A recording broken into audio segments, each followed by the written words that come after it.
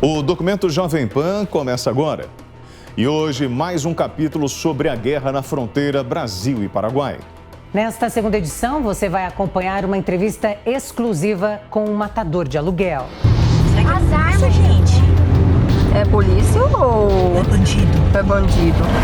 Na semana passada, você pôde acompanhar o início da aventura da equipe do Documento Jovem Pan na região da fronteira do Brasil com o Paraguai.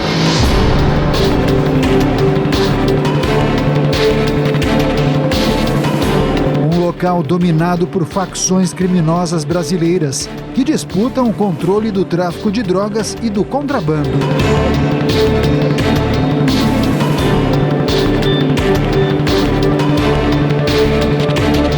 Uma região marcada por episódios de violência que assustam a população e desafiam as autoridades.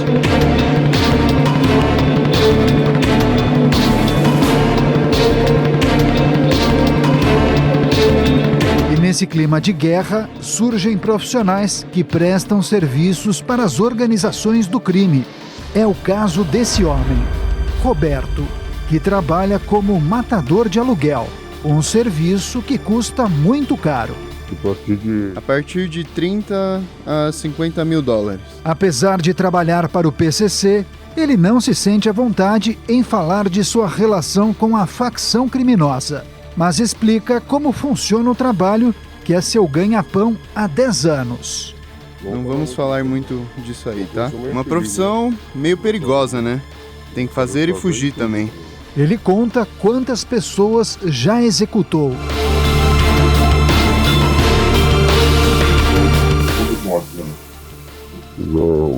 Uns 8, por aí já. Depende de recado, depende do patrão, né? Depende do patrão, né? Como que vai ser, se não dar certo, tem que viajar, né? Dá certo, tem que ir viajando. Às vezes é só um susto ou é se disputar planejamento? Não, eu faço só pra viajar mesmo. Faz tempo que você tem isso? Faz tempo. Uns 10 anos já. A atuação dos matadores é de conhecimento das autoridades. Quando o pistoleiro chega, entendeu? Se o alvo dele está próximo de alguém, lamentavelmente ele não está muito preocupado. Ele quer que o alvo dele morra e aí, se alguém estiver perto, vai morrer também. Pode dizer que os pistoleiros, eles não trabalham diretamente no CCC? Pistoleiro é aquela pessoa que faz tudo por dinheiro, seja ele de facção ou não. Você pagando é aquilo que ele vai fazer. É o dinheiro. Pode ser pistoleiro da facção? Pode ser sim ou pode ser não. Tem muitos pistoleiros. Muito. As pessoas tiram a vida dos outros, muitas vezes até por R$1.000, R$500, e conforme a pessoa, conforme o nível dessa pessoa, de importância dessa pessoa, chega a 10 mil, 20, 30, 50, 100 mil, 200 e assim por diante. A falta de segurança na região permite que Roberto trabalhe como matador. Mesmo assim, ele está sempre em fuga. Não tem muita segurança naquele lugar. Depende de como você tem que viver, né? Não tem muita segurança naquele lugar. Depende do que você tem que viver, né? É livre. Tem outra coisa. Porque como eu falo pra você, tem que fazer e tem que fugir. E depende de quem que é. Eu sou sozinho, né? Tem medo, mas tem que fazer, né? Tem medo, mas tem que fazer, né? Tem medo na hora que o cara não partiu ainda. Se errar, você vai. Se errar, você vai. 9mm. 9mm. É melhor, porque ela responde melhor pra você. Porque ele responde pra você. E há opções para quem quer contratar matadores de aluguel. Tem muito. Não sou sozinho, não. Tem muito. Não sou sozinho, não. Tem vários grupos. Tem um monte de pessoas. Depende de cada um dos outros. Matador de aluguel é aquele cara que ele pega o dinheiro, faz e tem que sumir. E ficar quieto, né? Porque na hora, se ele cair, ele que segura a barra. Eu me considero não muito profissional, mas inteligente sim. Inteligente porque na hora de fazer, você tem que saber a hora certa e na hora exata que tem que sumir. Depende de qual é a pessoa que vai ir. Depende de qual é a pessoa. Que se vai... Se é um nível complicado, tem que estudar um pouquinho. Dá uns 2, 3 dias. Tem que ver o cara e o resto se encaminha. Na rotina de trabalho, apenas o básico para tirar a vida de alguém. Não, só pistola. Não gosto de fuzil, não. É uma vida muito perigosa.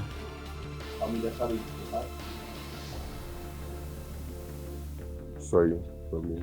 Sabe, tem que segurar, né? E tem que segurar, né? Nem sempre é possível escapar das autoridades.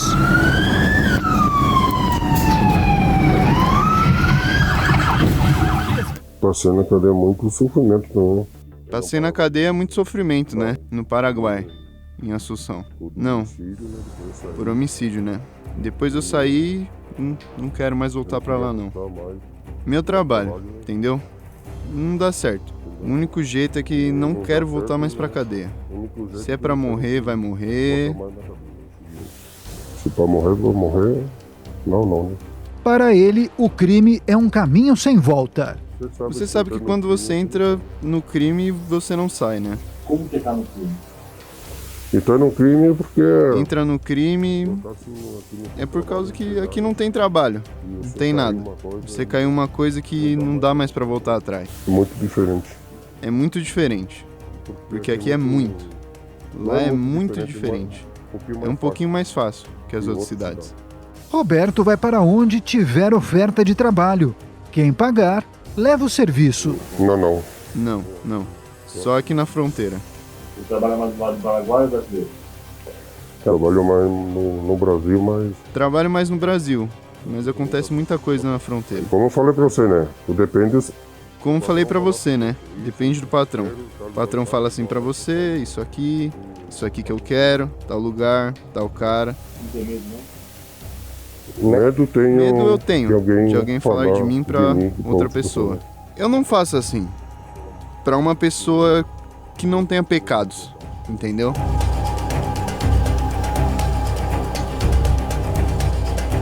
Em um trabalho de apuração da equipe do Documento Jovem Pan, nós localizamos um dos homens que trabalhavam para Jorge Rafat. Foram mais de 20 anos de serviços prestados para o crime.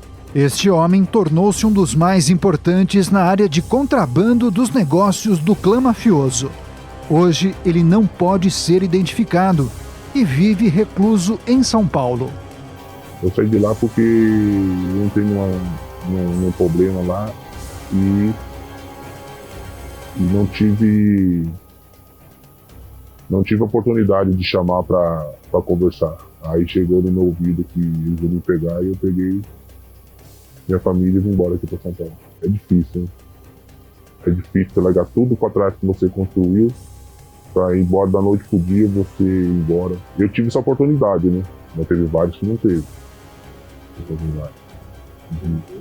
Quem não teve ficou lá, né? Enterrado. No mundo do crime organizado, para se conseguir o que deseja, até torturar o oponente faz parte do jogo. Tem muitas coisas. Mortes, tortura, pessoa arrancando dente, arrancando unha. Era normal porque nós fomos criados lá, né? Lá não era normal se não tivesse, tipo assim, tava muito tranquilo. Tava muito tranquilo, assim, não era normal. Se passava uns 15, 20 dias, tinha uma morte, né? Mas era uma morte que já todo mundo sabia que a pessoa ia morrer, né?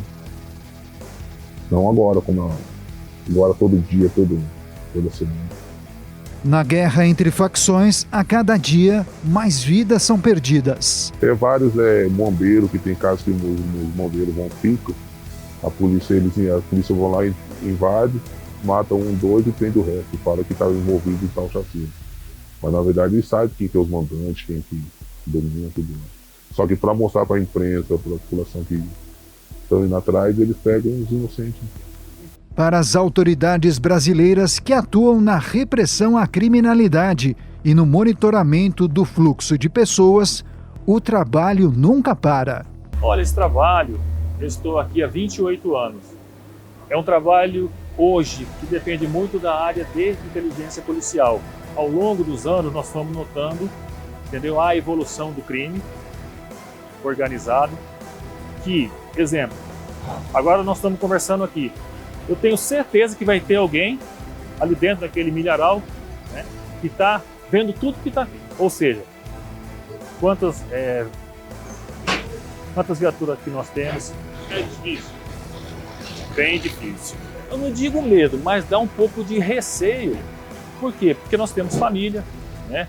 E hoje em dia, lamentavelmente, você faz uma apreensão, como nós tivemos casos aqui de apreender 500 kg de cocaína, e dali 6 meses o camarada está na rua.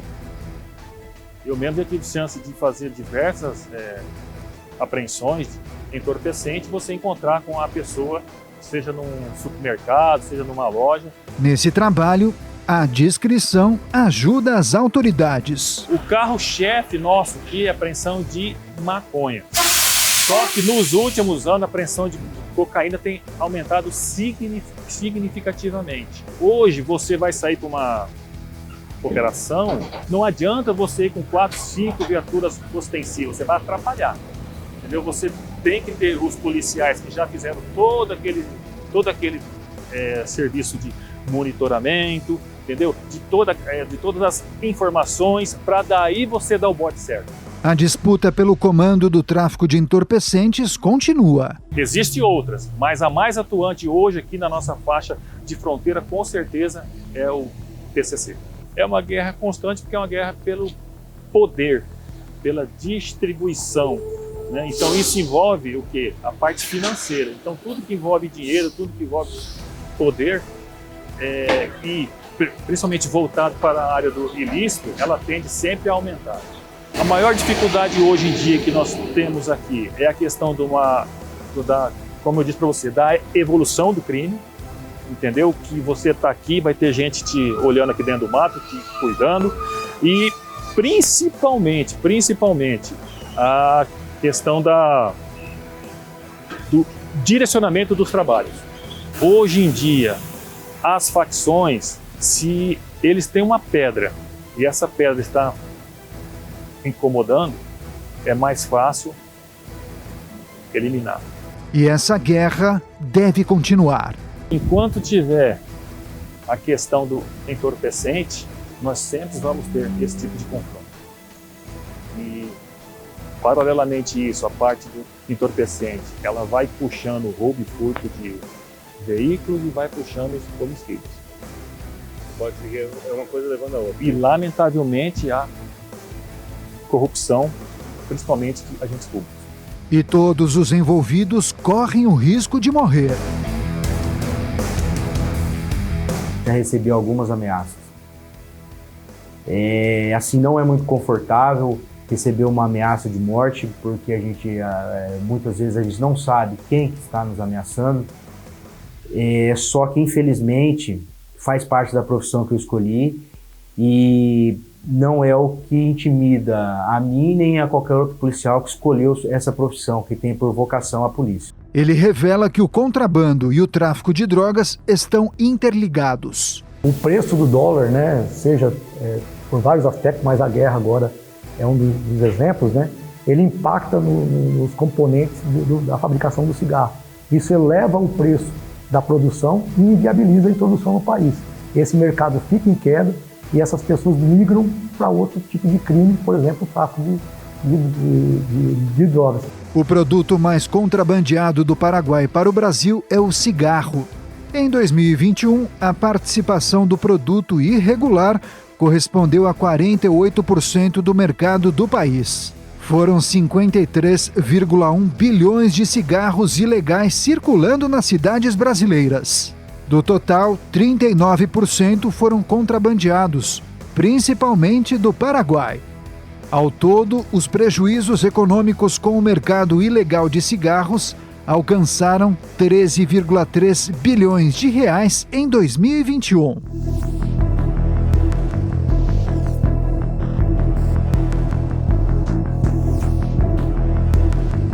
O chefe do DOF, o Departamento de Operações de Fronteira, explica como funciona a dinâmica da economia que movimenta o crime organizado.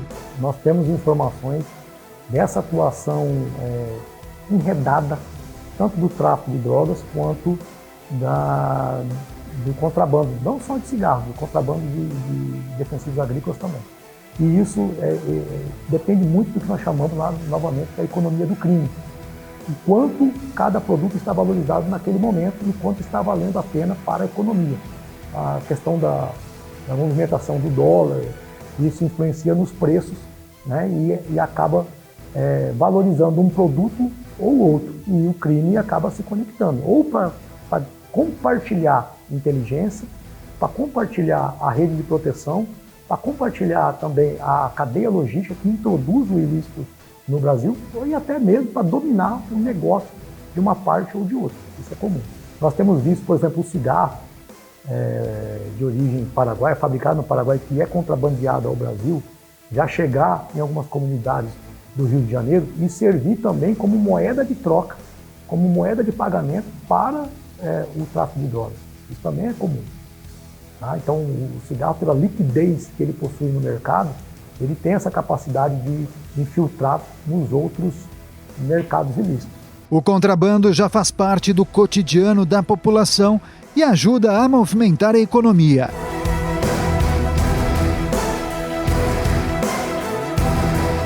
De alguma forma ou outra, esses estão todos conectados. O crime não se conecta do início ao fim. Ele tem pontos de conexão, né? Ou estão na lavagem de dinheiro, ou estão conectados na cadeia logística que introduz o ilícito, ou na obtenção do pessoal que trabalha para essa cadeia criminosa, ou na distribuição, ou na venda. Então, de alguma forma, sempre eles estão enredados e têm participação ativa nos três mercados. Os grupos criminosos se aperfeiçoaram ao longo dos anos na região da fronteira. Nós entendemos que o tráfico na década de 80, na década de 90, ele vinha naquele modelo, a gente fala até aqui de MEI, né, de microempreendedor individual, onde os traficantes vinham com uma empreita para obter um lucro daquela carga que era levada. E nós vimos a partir principalmente do 2006 para frente, se a gente pegar até os dados estatísticos, isso é muito claro no gráfico, o volume de droga que tem sido apreendida demonstra a capacidade dessas organizações criminosas de se estruturar no terreno, de montar uma cadeia logística que favoreça diversos grupos e aumentar essa capacidade de introdução dos ilícitos no país. Então nós vimos essa organização, quando ela amplia essa capacidade de introduzir o ilícito, ela amplia a sua capacidade de obter lucro. Quando ela amplia o seu lucro, ela aumenta o seu potencial de violência, porque isso é reinvestido para diversas outras práticas de outros crimes secundários, como roubo, furto, o tráfico internacional de armas que mantém território, porque veículos roubados, veículos furtados acabam sendo trazidos para a fronteira para servir de moeda de troca para o tráfico, mas também para servir como veículos transportadores do tráfico. Então, isso alimenta todo um ciclo de criminoso e a violência ela acaba se espalhando por todo o país, oriunda dessa estrutura, dessa organização que está aqui. As características da região acabam facilitando a operação do crime organizado.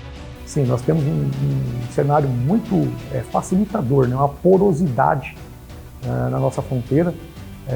São mais de 440 quilômetros de fronteira totalmente seca, onde o único divisor dos limites do país são marcos artificiais, né? Que delimitam o que é Brasil, o que é Paraguai. Isso é muito complicado, é muito complexo você fazer uma presença de maneira a bloquear 100% uma fronteira como essa. Então isso permite um escoamento de ilícitos muito grande. Nós temos na região de fronteira uma região muito produtora de grãos aqui no nosso estado. Então esse crime se mistura, né, com um comércio ilícito, e isso traz um cenário muito complexo para o trabalho de polícia de interdição, polícia de repressão. E o combate às atividades ilícitas parece não ter fim. Todo dia, um novo desafio.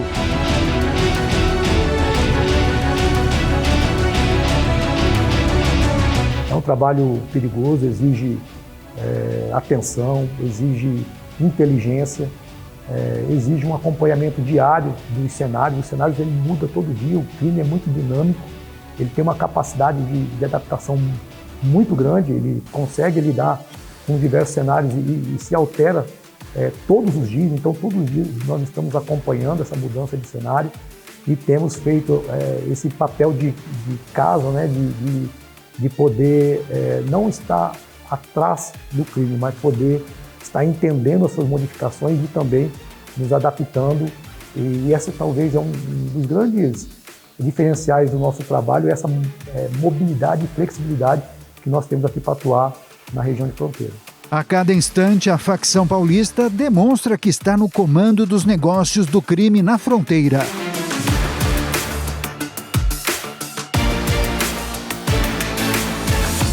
Sim, é um trabalho arriscado. Nós estamos lidando com um poder, além do poder físico, né, do crime, mas também com um poder financeiro muito grande. São negócios que geram alta rentabilidade, são negócios de alta lucratividade.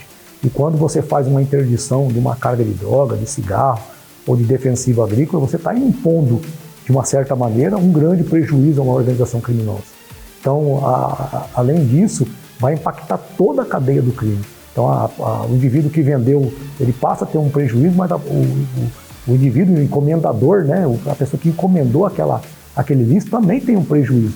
Então, toda a cadeia do crime sofre um prejuízo nisso aí.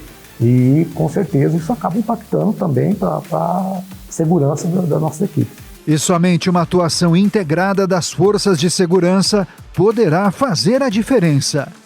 Nós entendemos que o crime aqui na fronteira, ele atua numa grande rede, que compartilha a cadeia logística, compartilha suas estruturas, o seu pessoal, né?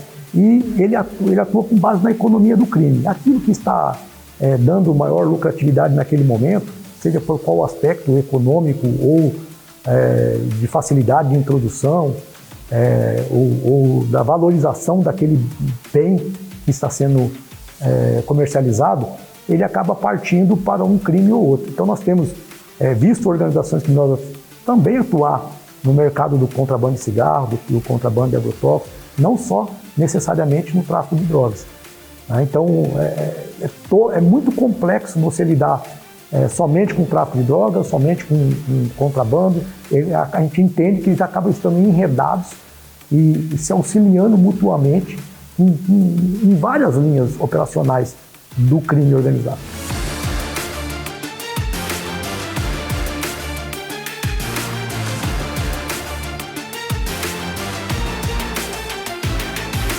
Olha, nós fazemos um trabalho muito baseado em inteligência, atuamos pontualmente, seletivamente, um trabalho sério, um trabalho comprometido. Claro que na atividade policial esse risco sempre existe, mas nós temos tomado todas as nossas cautelas que a atividade policial impõe, como em qualquer lugar do mundo, isso é natural. Aqui não é diferente, aqui talvez seja um pouco mais complexo pelo cenário que impõe, mas a atividade policial como um todo ela é arriscada.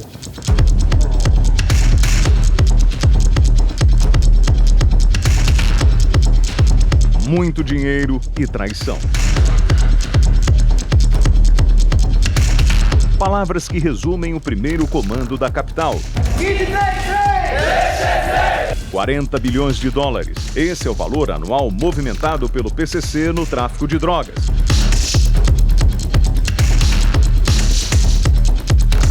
Altos valores que dominam, empoderam e intimidam. Alguns integrantes do partido fazem de tudo para subirem de cargo e ganharem mais. Para isso, eles entram em guerra interna e acabam mortos. Um deles prometeu salvar Marcola, o líder do presídio de Presidente Venceslau no interior de São Paulo. Não cumpriu e foi morto. Rogério Jeremias, vulgo GG do Mangue, foi enterrado como traidor em fevereiro de 2018. Ele foi penalizado pela própria facção por não cumprir o que prometeu e desviar dinheiro do grupo. Com Marcola preso, GG era a principal liderança da facção e assumiu o controle das atividades do grupo. Usou a estrutura do partido em benefício próprio e não cumpriu outras promessas. Acabou ganhando um tiro no rosto, amando o outro líder, o Fuminho. Desde que ficou em liberdade, a rotina de GG incluía estadias no Paraguai, grande produtor de maconha, Bolívia, maior produtor de folha de coca. GG do Mangue foi assassinado ao lado do seu comparsa Fabiano Alves de Souza, o Paca, de 38 anos, em 15 de fevereiro de 2018. O duplo homicídio gerou uma guerra interna na maior facção criminosa do país, cujos efeitos se fazem sentir até hoje. Para executar o plano, Fuminho encarregou alguém que possuía uma relação de confiança com GG do Mangue, Cabelo Duro. Chefiou por anos a operação do PCC na Baixada Santista e era considerado um braço direito do alvo. O gerente internacional do tráfico ostentou tanto que virou vítima da própria facção. Wagner Ferreira da Silva, o Cabelo Duro, coordenou os assassinatos de Rogério Jeremias de Simone, o GG do Mangue, e Fabiano Alves de Souza, o Paca, em 15 de fevereiro de 2018 na região metropolitana de Fortaleza, no Ceará. A Polícia Civil cearense apontou que GG e Paca, dois integrantes do alto escalão do PCC, estavam desviando milhões de reais da facção e por isso foram mortos em uma emboscada.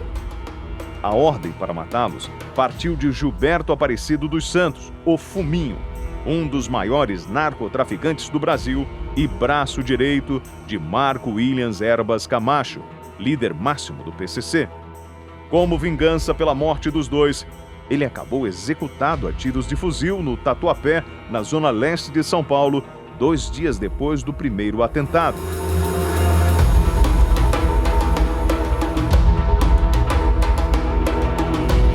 Além de acertos de conta, o PCC protagonizou assaltos cinematográficos. Um trajeto sem ligação geográfica, mas com ataques similares. São Paulo, Santa Catarina e Paraná. Especificamente Criciúma, Araraquara, Botucatu, Ourinhos, Bauru, Araçatuba e Ponta Grossa. Eles apresentaram o novo cangaço. Eles tomam o perímetro e fazem do confronto já uma parte da execução do crime. Algo que era incomum, hein? Isso, poucos países do mundo têm esse tipo de situação, o sujeito ficar 1 hora roubando uma cidade e enfrentando não só a polícia, mas todas as forças de segurança, não só daquela cidade, como de todas ao redor. Essas quadrilhas, que vêm sendo chamadas de grupos de O Novo Cangaço e têm ligação com a organização criminosa do PCC, investem valores milionários para executar as ações. Eles tomam a cidade, eles roubam os bancos e as instituições de transporte de valores, eles subjugam a segurança pública da cidade, também a privada, se porventura houver, dos bancos, vigilantes, etc. Fazem reféns, os utilizam como escudo humano, ou seja, eles causam um verdadeiro pavor numa cidade. Os assaltos dos 3 estados são muito parecidos, o que dá a entender que é possível que integrantes de peso da facção tenham participado de todos os assaltos. As ações são organizadas por pessoas que aparentemente possuem treinamento militar, utilizam armamentos de grosso calibre, veículos blindados e explosivos. A ação de Criciúma já é considerada o maior roubo a banco da história de Santa Catarina. Horas após os ataques que instauraram o terror na cidade catarinense, 10 veículos foram encontrados abandonados em um milharal no município de Nova Veneza. Outra característica comum a esse tipo de ação é o elevado investimento por parte dos executores. Estima-se que o assalto em Criciúma tenha custado aos organizadores entre 600 e 800 mil reais. Apesar das semelhanças, há diferenças significativas entre os roubos nas cidades do interior de São Paulo e Santa Catarina e o assalto no Pará. Nos primeiros casos, é empregado um poderio superior a todas as forças policiais do local na tentativa de se criar um ambiente de intimidação. Nos casos das cidades do Norte e Nordeste, Há um aproveitamento dos gargalos das estruturas de segurança de municípios pequenos. Característica comum a todos os últimos grandes assaltos a banco é a sofisticação. Eles investem e têm o retorno, geralmente no final do ano por conta do 13º salário. Ambição e terror. Essa é a junção que mantém o PCC como o primeiro.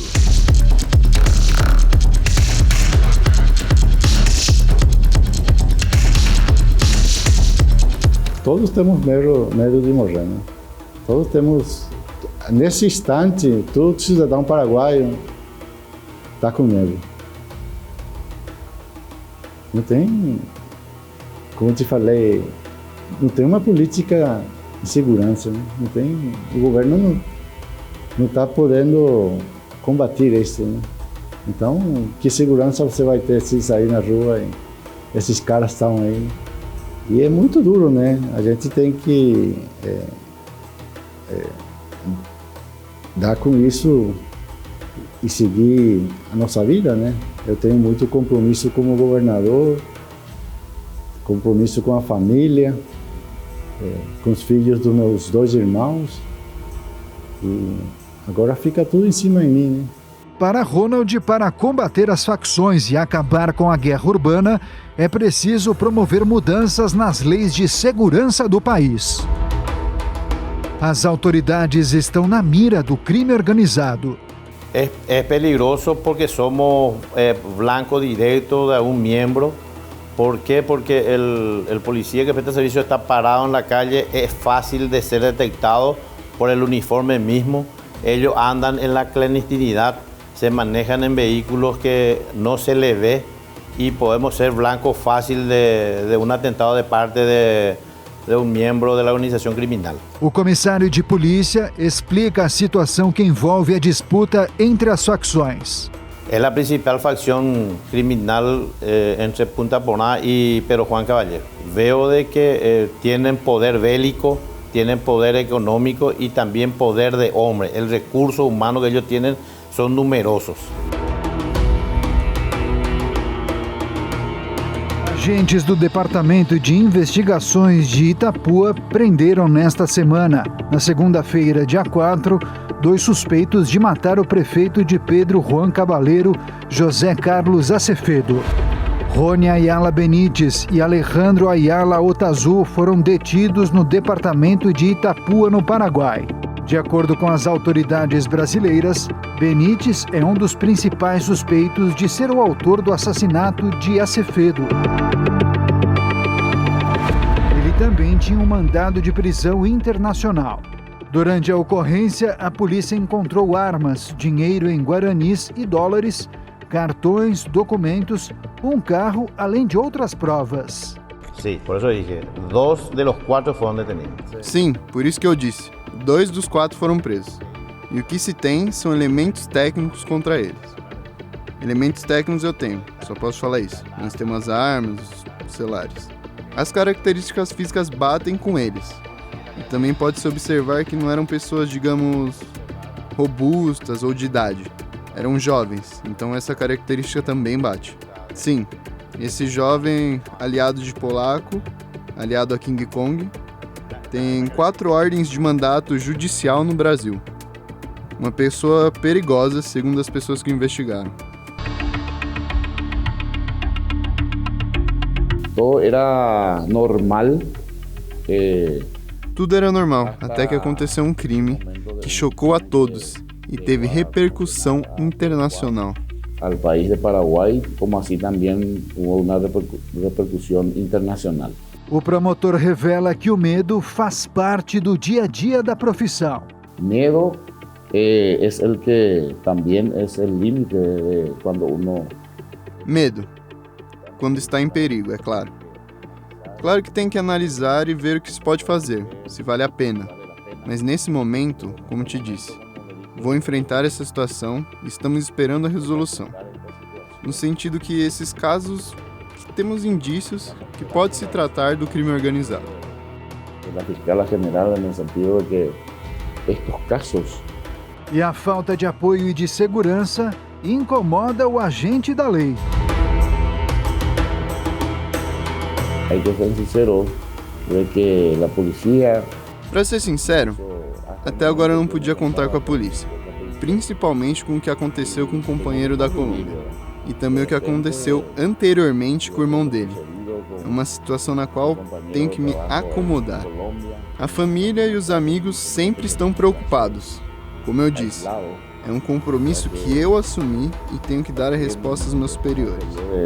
Também foi objeto de atentado seu irmão, que foi também legislador no país. Então, apesar de ter que cumprir seus compromissos, o sinal de alerta está sempre ligado. A família sempre está preocupada, os amigos estão preocupados. A família e os amigos sempre estão preocupados, mas como eu disse, é um compromisso que eu assumi e tenho que dar resposta aos meus superiores. Como disse, somos uma unidade penal ordinária que depois vai para outro âmbito. Aqui é uma cidade muito boa, as pessoas são muito trabalhadoras. A descentralização do poder e o PCC agravam a situação do crime em Pedro Juan Cabaleiro. E essa guerra, e por lo que se vê... E essa guerra, e pelo que se vê, e disse o comandante da polícia, isso é um grupo de crime organizado desorganizado, porque não tem mais um cabeça. É um crime organizado, mas sem um líder, porque os grandes líderes estão presos ou mortos. Porque os grandes líderes estão presos, estão mortos, porque podemos afirmar de que esta gente não são de boa profissão, não são gente boa. O que posso afirmar é que esta gente não é boa gente, não. Não. Sempre é perigoso, porque não pode prever quando ou onde eles vão atuar. Onde vão atuar esta gente? A morte de Don Phillips é o caso mais recente do profissional da área que perdeu a vida na tentativa de cumprir a rotina de trabalho. E ninguém está livre de entrar para a estatística do crime, principalmente aqueles que denunciam a existência do Estado paralelo. Atuar como jornalista na área de fronteira não é tarefa simples. A polícia afirma que a morte do jornalista não teve envolvimento de traficantes, mas quem atua na região ainda não descarta essa hipótese. Nas últimas décadas, mais de 50 jornalistas morreram na fronteira com o Paraguai. Uma média de mais de 2 por ano. Só na região entre Pedro Juan Cabaleiro, no Paraguai, e Ponta Porã, em Mato Grosso do Sul, foram cerca de 20 mortes, todas de jornalistas. A cidade paraguaia tem até um monumento em homenagem a jornalistas mortos e é considerada das mais inseguras do mundo para a profissão.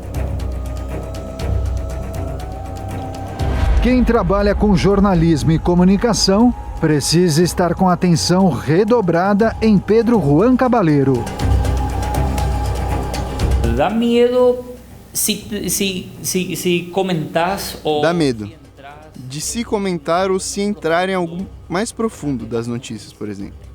Aí sim, é muito perigoso. Você não pode comentar certas coisas para você. Certas coisas você pode mostrar, falar sobre certas pessoas. A região mudou muito nos últimos anos. Pedro Juan, sabes como era? Porque te cuento de como... Te conto como Pedro Juan era e como é agora. Antes, por exemplo, em Pedro Juan, a gente dizia que se você não se meter em coisa errada, pode ficar tranquilo. Agora não. Agora, mesmo você não se meter em nada perigoso, porque em qualquer lugar eles chegam e matam. Você pode estar em qualquer lugar. Não dá para saber onde eles vão chegar. Antes, não. Eles só matavam aqueles que eles estavam fazendo o trabalho ruim. Agora não. Agora você pode estar em algum lugar, comendo ou bebendo com a sua família, e tem alguém, um branco, ali. Eles matam e podem te matar também, mesmo você não tendo nada a ver. Assim, simples. Assim é simples. E na guerra urbana, vários grupos contribuem para esse cenário.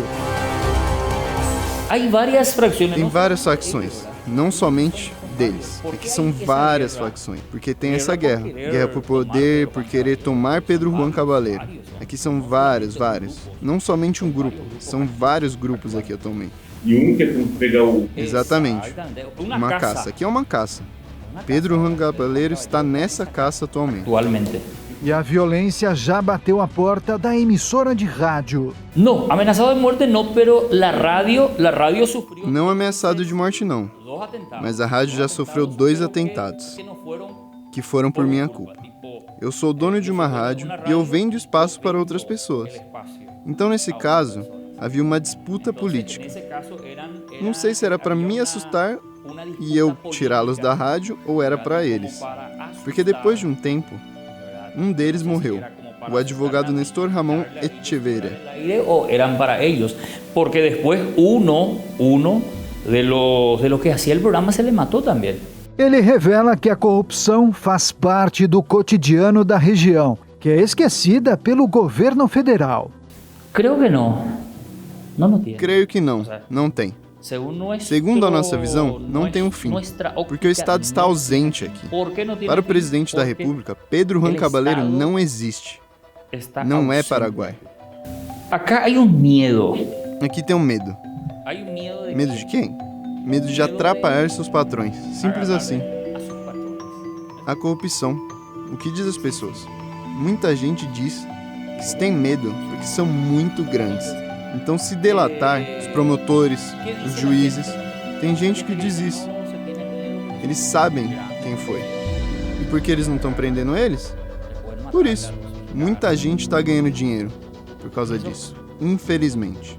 Para se proteger, jornalistas definem seus próprios limites do que é permitido falar, noticiar. Muitos impõem uma espécie de autocensura. Pedro Juan Caballero é um terreno muito difícil para o exercício. Na cidade de Pedro Juan Caballero, sim. A verdade é que Pedro Juan Caballero é um lugar muito difícil para exercer o jornalismo. Tem uma figura que vou colocar que nós temos que levar em conta, ainda mais quando nós envolvemos em locais assim mais delicados, que seria a autocensura ou a censura, que você mesmo se impõe. Você tem que saber até que ponto você pode denunciar, falar, já que temos um domínio do crime na região. Tem sim um limite para a liberdade de expressão. Talvez não exista nada que deixe claro esse limite, ou que imponha ele, mas nós temos que encontrar um equilíbrio entre trabalhar tranquilamente e fazer o papel da imprensa. Então sim, nós tentamos encontrar um limite para analisar certos temas. Entre trabalhar tranquilamente e fazer prensa ou fazer imprensa. Ele revela que o crime organizado e as autoridades caminham lado a lado. Por isso que muitos crimes não são esclarecidos. Sim, de isso não há nenhuma dúvida. O que passa Sim, sobre isso não há dúvida. E se vocês procurarem mais, vão encontrar muitas evidências nesse sentido. Nós estamos falando de crimes, como o último que aconteceu, em que morreu o intendente Sr. Carlos José Acevedo, em que a história é sempre a mesma. Os casos não se esclarecem e as pessoas que vão presas são como bodes expiatórios. Dizem que identificam os autores, mas no final das contas, eles não dizem nada, não dizem quem são. O que faz crer que isso é uma forma de proteger. E o crime organizado financia muitas campanhas políticas. Isso é uma forma de proteger e sempre es una suerte de secreto a voces el hecho de que el crimen organizado financia muchas campañas políticas. E nesta guerra urbana, as facções permeiam a sociedade. Dicen que el PCC está en todos lados. A veces hay capturas. Dizem que o PCC está por toda parte. Às vezes tem capturas de pessoas que a Polícia Nacional ou o Senado apresentam como líderes do PCC. Hay gente, lo que pasa es que hay personas en los gremios, en los clubes deportivos, en las... Tem pessoas que são beneficiadoras de instituições, que realizam ações sociais, e isso faz com que se ganhe a simpatia das pessoas. Então se camuflam em qualquer grupo social, incluindo o setor universitário, porque aqui nós recebemos mais ou menos 20 mil brasileiros que vêm para cá estudar medicina, e as pessoas, possivelmente a maioria das pessoas, se inscrevem para vir para cá para estudar medicina, pelo sonho de ser médico. Mas também podemos dizer que entre esses estudantes vêm os membros de grupos criminais e com uma maneira de se passar despercebidos. Para o jornalista, a corrupção é um mal que assola a região. E o pior, está à vista de todos. Muy grande y en gran medida a la vista de todos. Estamos hablando de... Muito grande e em grande medida aos olhos de todos. Estamos falando de pessoas com armas dentro dos carros. Quando passa uma blitz, eles simplesmente falam o nome do seu chefe e seguem normalmente. Isso é produto da corrupção policial. E a guerra entre facções que transformou Pedro Juan Caballero em um barril de pólvora, será que vai ter fim? Que pergunta difícil, se na época de... Que pergunta difícil. Se na época de Santiago Leguizamón, quando mataram, era parte de uma guerra, hoje dá a impressão que isso só aumentou. Às vezes o que dizem é que há um líder do crime organizado, mas é um momento que não se definiu supostamente. É isso que dizem os investigadores. Especulam dessa maneira, de que não tem um líder definido. Como não tem um líder definido, não tem um domínio definido. A guerra vai continuar. Para o delegado titular do Defron, para acabar com essa guerra, é preciso desestruturar os grupos criminosos. Essa guerra, sinceramente, eu não sei como que ela pode terminar. O caminho seria desestruturar os seus mentores, mas assim eles criaram uma certa estrutura de que sai um, entra outro. Então exige um planejamento em nível federal para tentar solucionar esse problema dessas facções que ganharam tanto poder. Olha, eu não tenho tanta certeza de dizer que seria só um problema do país vizinho Paraguai. Tem os problemas deles, mas nós também temos os nossos problemas. Igual eu falei, precisa de uma atuação conjunta dos dois países, porque de nada adianta às vezes um país combater e o outro país continuar. Vai voltar tudo de novo. Mas o PCC ainda predomina nas ações criminosas. Em virtude do grande número de prisões de faccionados que estão atuando naquela área. Nós acabamos fazendo muitas prisões no ano passado e conversas informais, análises de informações apontam que muitos faccionados atuam ali, muitos faccionados do PCC. Cuidar da segurança de uma cidade fronteiriça é sempre um desafio, ainda mais diante da atuação das organizações criminosas. E o combate ao crime tem que ser amplo, focar o grande e o pequeno traficante. A principal facção hoje da fronteira é o crime organizado de qualquer forma, porque hoje não é só a facção A, B ou C que existe na fronteira. Hoje são mais de 14 facções, inclusive facções que existem dentro do próprio Paraguai, clã que existe dentro do próprio Paraguai. Então, a princípio, existe muita lenda na questão de que facção A, facção B atua fortemente na fronteira. O que você tem conhecimento é que o crime organizado atua muito forte na nossa região. Não dá para fugir de alguns sentimentos. O medo faz parte. Medo de morar, não. Mas o medo de fazer o enfrentamento, acho que está em todos nós, né? O perigo sempre existiu na faixa de fronteira. Você precisa saber conviver no meio desse perigo. O crime organizado é uma instituição hoje que faz um enfrentamento com o Estado e o Estado precisa ser muito forte para dar segurança à população da nossa fronteira. Se o Estado não for combater, o Estado ele não pode se ajoelhar para o crime. E para quem atua há vários anos no combate às facções e organizações criminosas, essa guerra deve continuar. Nós conseguimos atingir esses criminosos não só aqui no nosso país, mas indo buscar também o cumprimento da lei, com o apoio das outras polícias, já que essas pessoas acabam se utilizando dessa fronteira para se esconder, mas com diversos mecanismos, forças-tarefas. Hoje nós temos a Secretaria Nacional de Segurança Pública apoiando esse tipo de iniciativa, buscando esse tipo de integração entre as forças, principalmente de outros países, como é aqui a situação geográfica do Mato Grosso do Sul, para que a gente faça esse enfrentamento.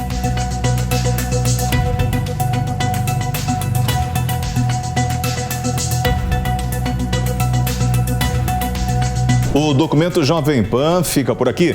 Toda semana, reportagens especiais com a verdade dos fatos.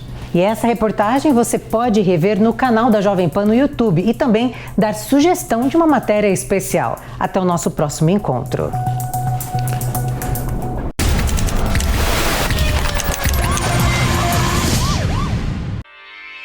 Realização Jovem Pan News.